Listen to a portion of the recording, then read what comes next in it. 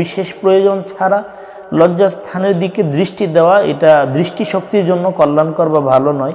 সাহাবায়ে কেরাম রাসূলুল্লাহ সাল্লাল্লাহু আলাইহি সাল্লামের সুন্নাহ পরিপন্থী, এটা তাকওয়া পরিপন্থী একটা কাজ। কিন্তু একজন স্বামীকে যেহেতু আল্লাহ তাআলা স্ত্রীর সর্বাঙ্গ দেখার অধিকার আল্লাহ দিয়েছেন, আবার একজন স্ত্রীকেও স্বামীর সর্বাঙ্গ দেখার অধিকার আল্লাহ দিয়েছেন।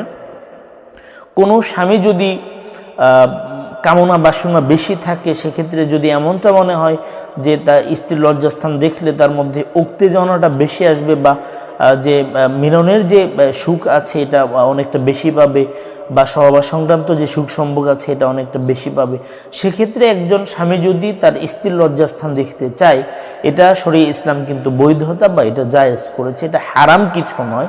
তবে না দেখাটা হচ্ছে তাকওয়া। তবে ফতোয়ার আলোকে একজন স্বামী তার স্ত্রীর লজ্জাস্থান দেখতে পারবে। এক্ষেত্রে বোন আপনার কাজ